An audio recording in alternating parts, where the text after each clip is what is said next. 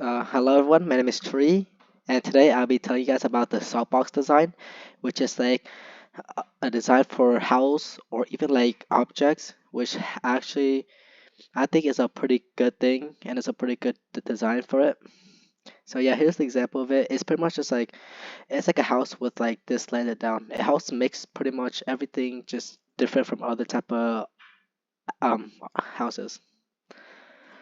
So the first thing, the history of it, right? Pretty much this first was used in 1650 and used from 1650 to 1833.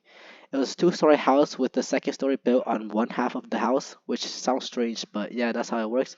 And material were simple and cost effective. That's why people used to love it back in the day because it was cheap and it was cost effective. And it was made from pretty much just wood and from the area of the building site. The building were typically made from wooden beams and glass panels for windows, but more sophisticated housing were made from bricks, especially for the chimney. But that's for like the people with like the higher class people during that time. The saltbox design are significant because they are a single room depth house with a second story that covers only half of the house, and most of the saltbox design include a chimney, but some actually could include two chimneys instead. But that's like for like if it's like the roof is more slanted and such. And the reason why it's actually called the salt box design it was that it was like it resembled a salt box, which was like slanted just like the roof. During like that time, the salt box were different from what we use for our salt box. So yeah, the salt box were originally one-story housing and to be created cheaply for a typical family. As time progresses and films increase, the second story was pretty much increased space, and then it was made. This created a center roof that would actually deflect rain, snow, or hail. So this is pretty much the same thing. This is the soapbox house from 1600s, which is like just a one-story one. But like during 1700s, 1760, the house obviously like the width of it increased. And yeah, it's actually pretty cool design. The design itself became more like complex with time to include multiple plates, window, exterior boards, or bricks for aesthetic purposes, corner board, and collateral chimneys. Most boards were placed horizontally, creating a calming appearance, and the color were used to create a simplistic appeal.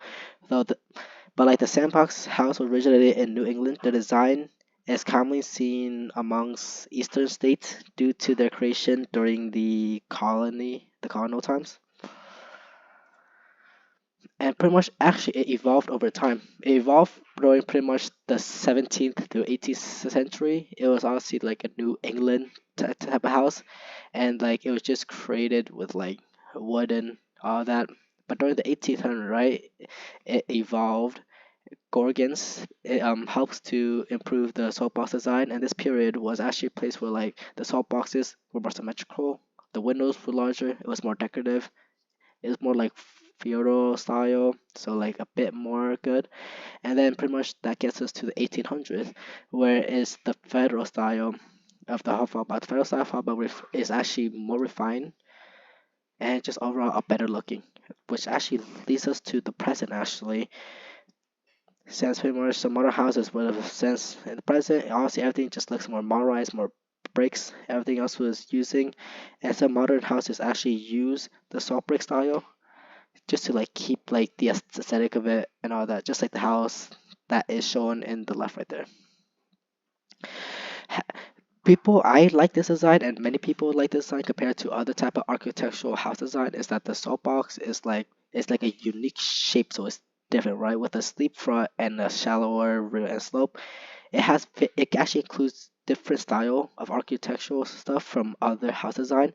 But the thing that pretty much you can distinguish a saltbox house from other type of design is the slanted roof right here.